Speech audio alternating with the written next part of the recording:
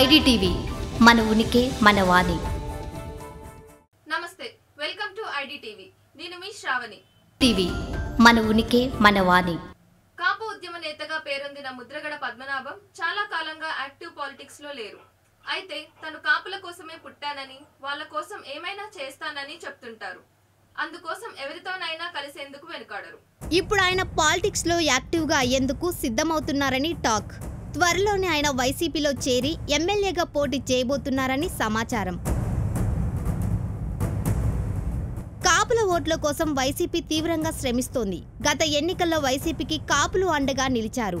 అందుకే ఘన విజయం సాధించింది.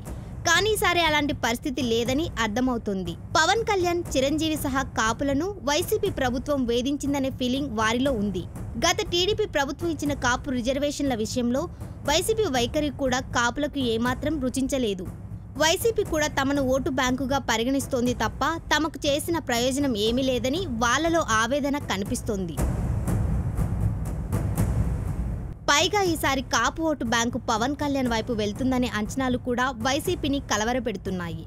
ఇటీవల జనసేన అధినేత పవన్ కళ్యాణ్కు కాపు ఉద్యమ నేత ముద్రగడ పద్మనాభం లేఖ రాశారు.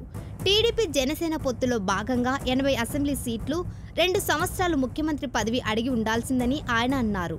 ఆ సాహసం మీరు చేయకపోవడం బాధాకరమని తెలిపారు. చంద్రబాబు నాయుడు జైల్లో ఉన్నప్పుడు ఆయన పరపతి పెరగడానికి మీరే కారకులని తెలిపారు. జనసేన పోటీ చేసే 24 మంది కోసం తన అవసరం రాకూడదని దేవుణ్ణి కోరుకుంటున్నానని ముద్రగడ లేఖలో వివరించారు. అయితే ముద్రగడ పవన్కు రాసిన లేఖను వైసీపీ ఆయుధంగా వాడుకోబోతుంది. అందుకే కాపులను ఆకట్టుకునేందుకు ఏదో ఒకటి చేయాలనే తపన జగన్లో కనిపిస్తోంది. అందుకే మొదటి నుంచి తమకు అండగా నిలుస్తున్న ముద్రగడ పద్మనాభాన్ని మళ్లీ తెరపైకి తేవాలనుకుంటున్నారు.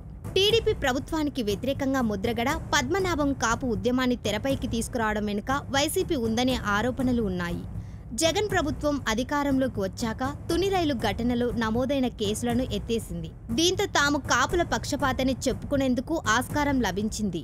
ఇప్పుడు ముద్రగడ పద్మనాభాన్ని పార్టీలో చేర్చుకుని ఎమ్మెల్యే టికెట్ ఇవ్వడం ద్వారా వారిని మరింతగా ప్రసన్నం చేసుకోవాలనుకుంటోంది. ముద్రగడ పద్మనాభం పిఠాపురం నుంచి ఎమ్మెల్యేగా బరిలోకి దిగుతారనే ప్రచారం నడుస్తోంది. ఆయన కూడా ఆ సీటును ఆశిస్తున్నారు. దొరబాబు స్థానంలో ముద్రగడకు టికెట్ ఇచ్చే అవకాశం ఉన్నట్లు సమాచారం. మరోవైపు పిఠాపురం నుంచి జనసేన అధినేత పవన్ కళ్యాణ్ బరిలోకి దిగొచ్చనే టాక్ నడుస్తోంది. అదే జరిగితే ఈ స్థానంలో పోటీ రసవత్తరంగా మారబోతుంది.